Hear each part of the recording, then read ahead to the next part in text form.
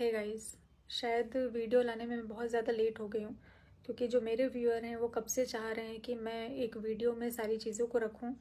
क्योंकि यूट्यूब पर जो चल रहा है, जो हलचल चल रही है, उसमें मेरा ही नाम है और मेरे ही चैनल पर कोई वीडियो अपलोड नहीं हो रही है।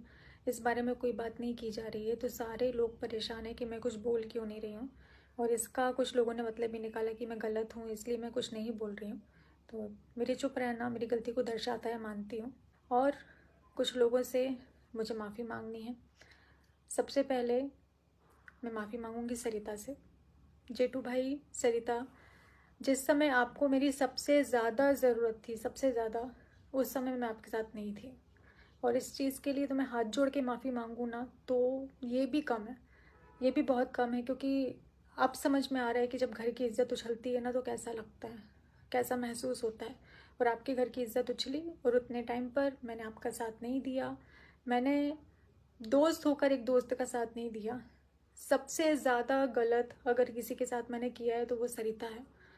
तो उसके लिए चेटू भैया, सरिता, मेरे पास शब्द नहीं है कि मैं आप लोगों से क्या बोलूं, लेकिन मैं माफ़ी मांगती हूं। क्योंकि दोस्ती शायद मैं नहीं समझ पाई, मैं शायद दोस्त शब्द का मतलब नहीं समझ पाई, और इसलिए उस वक्त आपके साथ खड़ी नहीं हो पाई। जो भी था, जो भी कारण थे, वो कारण मैं नहीं लाना चाहती हूँ, लेकिन बहुत सारी चीज़ें ऐसी हैं जो जिसके कारण नहीं मैं बोल पाई।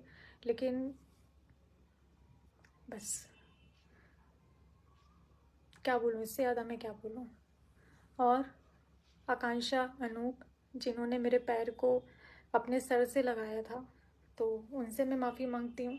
क्योंकि जब उनकी बात आई थी तब भी मैं उनके साथ नहीं खड़ी हुई थी, तो मैं उनसे भी माफ़ी मांगती हूँ। मुझसे गलतियाँ हुई हैं, आपने मुझे सराखों पर बैठाया और मैंने आपकी बात नहीं मानी। सरिता ने मुझे समझाने की बहुत कोशिश करी, बहुत।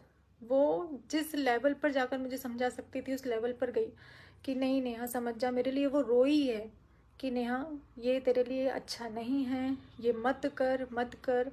लेकिन मैं पता नहीं किस चीज़ में अंधी थी जो मुझे समझ में नहीं आया। मैंने भरोसा शायद ज़रूरत से ज़्यादा कर लिया और सरिता की बात को मैंने टोटली इग्नोर कर दिया, मैंने उसकी बात को माना नहीं। लेकिन सरिता ने मुझे बहुत समझाया था कि नेहा ये सही नहीं है, ये पता नहीं क्यों लेकिन नेगेटिव वाइब्स आ रही हैं, सही नहीं है, तेरे फ्यूचर में कुछ भी हो सकता है। उसने मुझे समझाने की बहुत कोशिश करी थी पर मैं नहीं मानी। तो सरिता, आज उसका अंजाम मैं भुगत रही हूँ, मैं भुगत रही हूँ उसका अंजाम। कि जो मैंने तेरी बातें अगर मैंने उस समय मान ली होती ना, तो आज मेरी ज़िंदगी में ये दिन मुझे देखना नहीं पड़ता। तूने दोस्त के नाते, बड़ी बहन के नाते मुझे समझाने की बहुत कोशिश करी, आकांक्षा रूप ने समझाने की बहुत कोशिश करी, लेकिन मैंने उनकी बात नहीं मानी। तो मैं आपसे माफ़ी मांगती हूँ। और मैं माफ़ी मांगती हूँ नीतू दीदी से, नीतू दीदी के घर वालों से, कि बहुत किया है दीदी, आपने मेरे लिए बहुत बहुत किया है। मैं, मेरे पास शब्द नहीं है, मैं बोल भी नहीं पाऊंगी कि मैं कितना।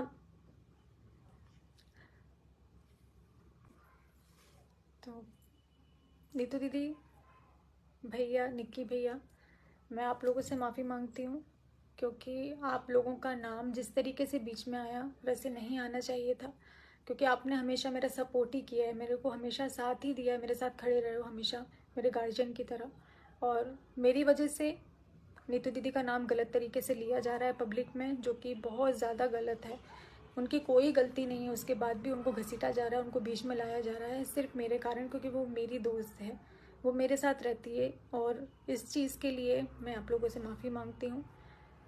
सरिता ने, आकांक्षा ने, नीतू दीदी ने मुझे कहा था कि इस रिश्ते को ख़त्म कर दो, क्योंकि ये भले ही तुम्हारा भाई बहन का रिश्ता है, लेकिन नेगेटिव वाइब्स आ रही हैं, आगे जाकर तुम्हारे लिए दिक्कत खड़ी करेगा, ये चीज़ें तुम्हें दिक्कत में डालेंगी। लेकिन मैंने उनकी बातों को नहीं माना, मैंने उनकी बातों को नज़रअंदाज किया, जिसका अंजाम आज मैं बहुत अच्छे से, मैं और मेरा परिवार भुगत रहे हैं।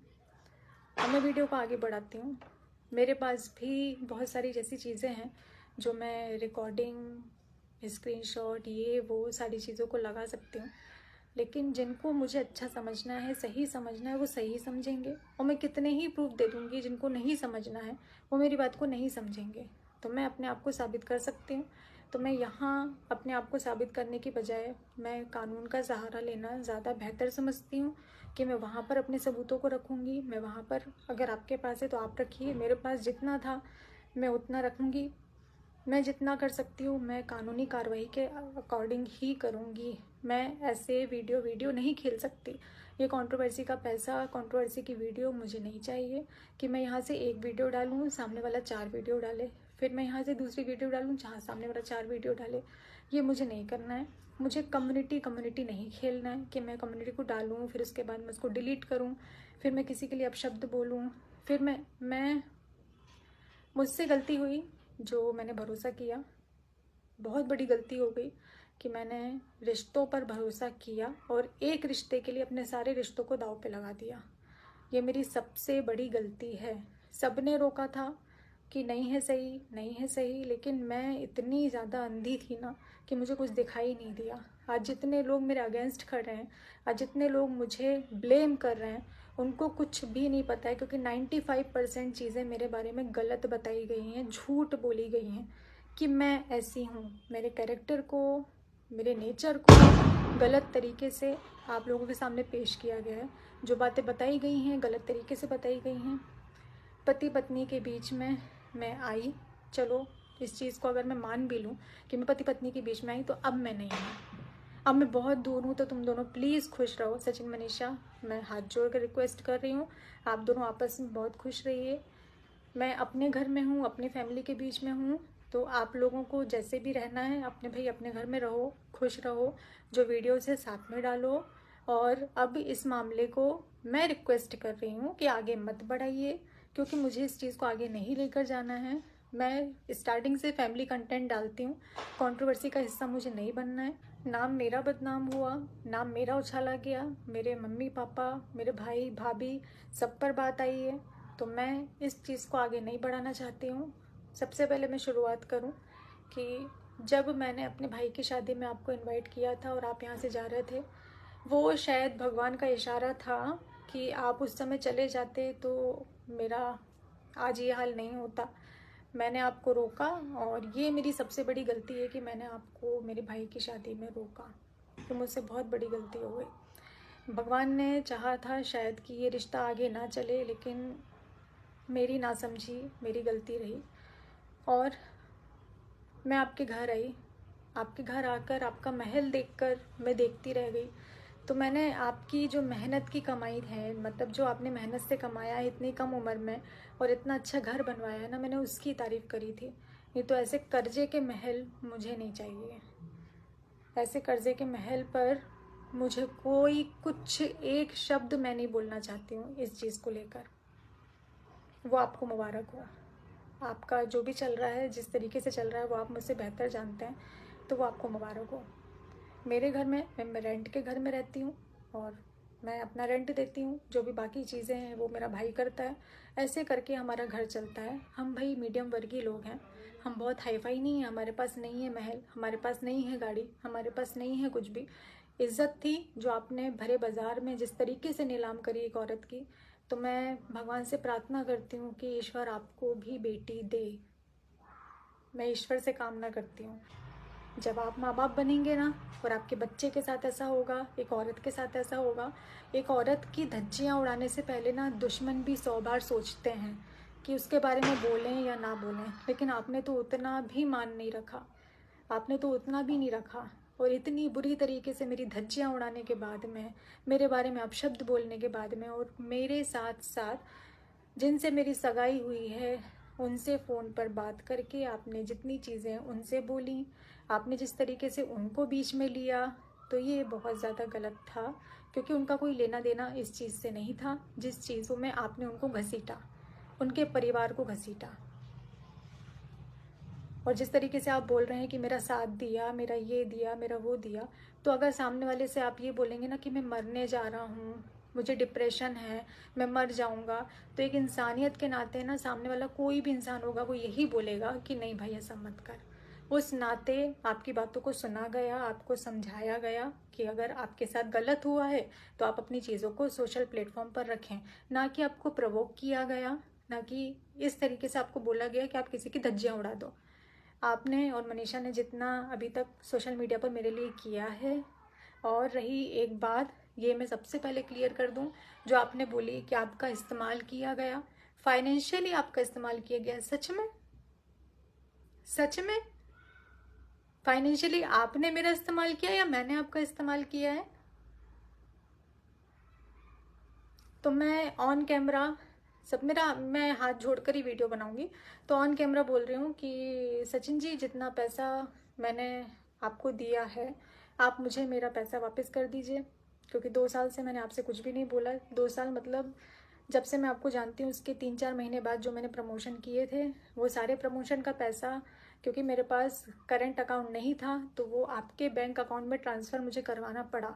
तो मेरा जो पैसा है और मेरा जो फेसबुक का पैसा है जो आपके अकाउंट में उतने टाइम आया, और जो बाद में आपने थोड़ा थोड़ा करके जो मुझसे लिया, तो आप प्लीज़ वो पैसा मुझे वापस कर दीजिए। फाइनेंशियली मैंने आपकी हेल्प की है, ना कि आपने मेरी परिवार की हेल्प की है। आपको वैष्णो देवी जाना था, भाई भाभी को लेकर जाना था, उनको उतने टाइम पर माइग्रेन की प्रॉब्लम है। अगर आप नहीं समझ पा रहे हैं तो मेरे पहले के व्लॉग जाकर देख सकते हैं। उतने टाइम पर इंदौर में उनका इलाज चल रहा था, डॉक्टर ने मना किया था, वो आपके साथ नहीं गए। ना कि ये कि जाने तक के पैसे नहीं थे। यार, इतनी तो हमारी लाइफ स्टाइल देख कर कोई जज कर सकता है कि हमारे पास इतने भी पैसे नहीं होंगे, इतना भी नहीं होगा हमारे पास। अरे थोड़ा तो मान रख लेते, थोड़ा सा। खैर, छोड़ते हैं इस बात को। तो ठीक है, आप अपने आप को सही साबित करना चाहते हैं। आप सिर्फ ये चाहते हैं कि मैं कैरेक्टरलेस हूँ, मैं बुरी हूँ, मैं गलत हूँ। तो भाई, आप मुझसे 100 कोस दूर रहिए, 100 कोस दूर रहिए। और रही बात कि मैं आपको वीडियो नहीं बनाने देती थी, तो एक क्लिप मैं आपके साथ में शेयर कर रही हूँ। सबसे पहले आप उस क्लिप को देख लीजिए, फिर मैं आपसे बात करती हूँ। उसी में था? अच्छा, समझ गए। रुको, किधर से आओगे? किधर से तो काली आ गई। दीदी बने फोटोग्राफर। ऐसे करके थोड़ी आते हैं, वीडियो बनाना नहीं आता। हाथ पीछे करो, भैया पेमेंट करनी है ना। मैं अपने सारे काम छोड़कर यहाँ पर भी आप लोग देख रहे होंगे सचिन मनीषा जिस तरीके से वीडियो बना रहे हैं, और मैं उनकी वीडियो शूट कर रही हूँ। मतलब इस टाइम पर जितनी भी उनकी वीडियोस बनी थी वो मैंने ही शूट करी थी। उसके बाद भी आज मुझ पर ये इल्ज़ाम लगाया जा रहा है कि मुझे बुरा लगता था इनकी वीडियोस बनती थी और मैंने इनको मना किया। तो यहाँ से इस क्लिप से आप लोगों को बहुत सारी चीज़ें समझ में आनी चाहिए। ये क्लिप आपने देखी, मैं वीडियो नहीं बनाने देती थी, ये उसका जवाब है। फाइनेंशियली आपने मेरी हेल्प नहीं की है, मैंने आपकी हेल्प करी है, ये भी मैंने क्लियर कर दिया। और मनीषा, मैंने तुम्हारे पति को मैसूर नहीं बुलाया था, बल्कि इनकी ज़िद के कारण कि ये मुझसे मिलना चाहते थे, कुछ बताना चाहते थे कि नहीं बहुत ज़रूरी है, मुझे तुमसे मिलना बहुत ज़रूरी है, मुझे कुछ बताना है, मुझे तुम्हारे बारे में बहुत सारी चीज़ों का, ऐसी चीज़ें हैं जिनसे तुम्हारा नुकसान होने वाला है, मुझे बहुत सारी चीज़ें क्लियर करनी है, प्लीज़ मुझसे मिलो, मुझे मिलना ही है। और मैंने तुम्हारे पति को सीधा स्पष्ट बोला था, मुझे नहीं मिलना, मुझे नहीं मिलना। अगर मैं इस बात में झूठ बोल रही हूँ तो ईश्वर देखने वाला है, वो सज़ा मुझे ही देगा। कम से कम सचिन, इतना मत गिरो, इतना झूठ मत बोलो। और मैसूर ना जाकर मैंने अपना खुद का 1.5 लाख का नुकसान किया है। मैसूर की ट्रिप मैंने कैंसिल करी, ना कि इस बंदे ने अपनी फ़्लाइट की टिकट कैंसिल करी थी, कि जमाने की टिकट कैंसिल करी थी। ये मिलने के लिए इतने ज़्यादा पागल हो रहे थे। क्यों पागल हो रहे थे मनीषा, तुम अपने पति से पूछ सकती हो कि ये मुझसे मिलने के लिए क्यों इतना पागल थे। इनको क्या दिखाना था, इनको क्या सबूत मुझे देना था जिसके लिए इन्होंने मुझे इतना प्रेशर दिया, मुझे ब्लैकमेल किया गया है, ये सही है। और अगर इस चीज़ को साबित करना पड़ा, अगर ऑन कैमरा भी करना पड़ा, तो मैं जब बहुत ज़्यादा ज़रूरी हो जाएगा तो मैं ज़रूर से दिखाऊंगी। और अभी जो भी मेरी कार्रवाई चल रही है, अभी मैं उस पर मेरा फोकस है। एक बार वो सारी चीज़ें हो जाएं, क्योंकि मुझे अभी अलाउड नहीं है कि मैं ऑन कैमरा ये सारी चीज़ों को बोल सकूं, इसलिए मैं नहीं बोल रही हूँ। बाकी सारे सबूत मेरे पास भी हैं, रिकॉर्डिंग हम भी करते हैं, स्क्रीनशॉट हमारे पास भी हैं, सही हम भी अपने आप को साबित कर सकते हैं और डंके की चोट पर कर सकते हैं। तो मैं बस इतना ही कहना चाहती हूँ कि आप अपनी ज़िंदगी में खुश रहिए, मुझे मेरी ज़िंदगी में खुश रहने दीजिए। मैं मूव ऑन करना चाहती हूँ, मैं आगे बढ़ना चाहती हूँ।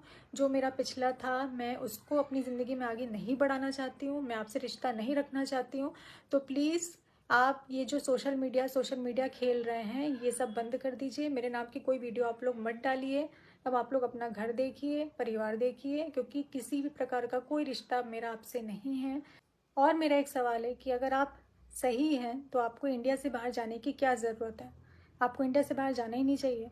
इस समय तो आपका मनीषा के पास रहना ज़्यादा ज़रूरी है। आप मनीषा को छोड़कर चले गए। आप